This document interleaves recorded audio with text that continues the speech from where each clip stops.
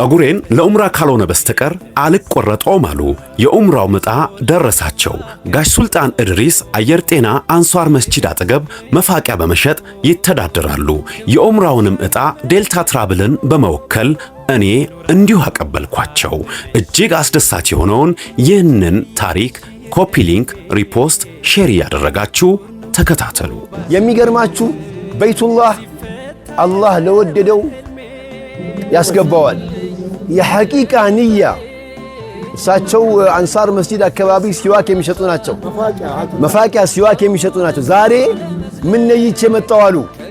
ኢንሻአላህ ዑምራ ይሄዳሉ። ይሄንን ጸጉር ደግሞ እዛው ነው የምቆረጠው ብለው እና የአላህ ነገር አጂብ ነው በጣም እና በግድ ነው ያመጣናቸው አልሰማውም እያሉ ማለት ነው። ጸጉራቸውን ከፍቶ አሳይተውን ይሄን ጸጉር የምቆረጠው አላህ ምስክሬ ነው። ጸጉሬ የምቆረጠው እኮ እዛ ሲሄድ ነው ብዬ ጸጉዬ እስካሁን አልነካሁትም አሉ። ዱዓ ማድረግ ያቋረጥ ቀን የለም። ራሱ እየመጣው ያር መስጊድ መኪና ውስጥ ራሱ ዑምራ እንትን እድል አለ ሲባል ከዛ ጀምሬ መጥቼ እስከሚጠራ ድረስ ያ ረቢ እያልኩ ነበር። والله ቢላሉል ሐበሽ 25 ዓመት በዓሉን ሲያከብር የእጣው ቁጥር ደርሷቸው ከላይ ተወስኖ በግድ አስመጥቶ አላህ አንተ ብቻ ከላይ ምረጠኝ በለው አላህን የውኝ በዴልታ ትራቭል እንዲሄዱ እጣውን ደርሷቸዋል። አደራዎትን በይቱላህ ላይ በዱዓ እንዳይረሱን ውዱ አባቴ አላህ ይጠብቆት። والله እኔ ለመግለጥም አልችልም። እዛን ጊዜ እውነቱ ራሱ እውነት አልመሰለኝም።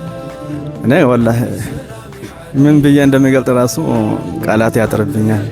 አሁን እሳቸው ሲጠሩ በቃ እኛ ምን እንዲያሰብን እንደነበረ ለኛ ለራሳችን ሁላ እንደደረሰን የአላህ ነገር ምን ያህል አጂብ እንደሆነ የእሳቸው ደግሞ ዱዓ ምን ያህል ከአላህ ጋር ግንኙነት እንደፈጠረ በጣም ነው የደነቀን። ይሄን ላዘጋጁ ሰዎች ጀዛኩላህ ኸይራ ብዬ ዱዓ አረጋለሁ።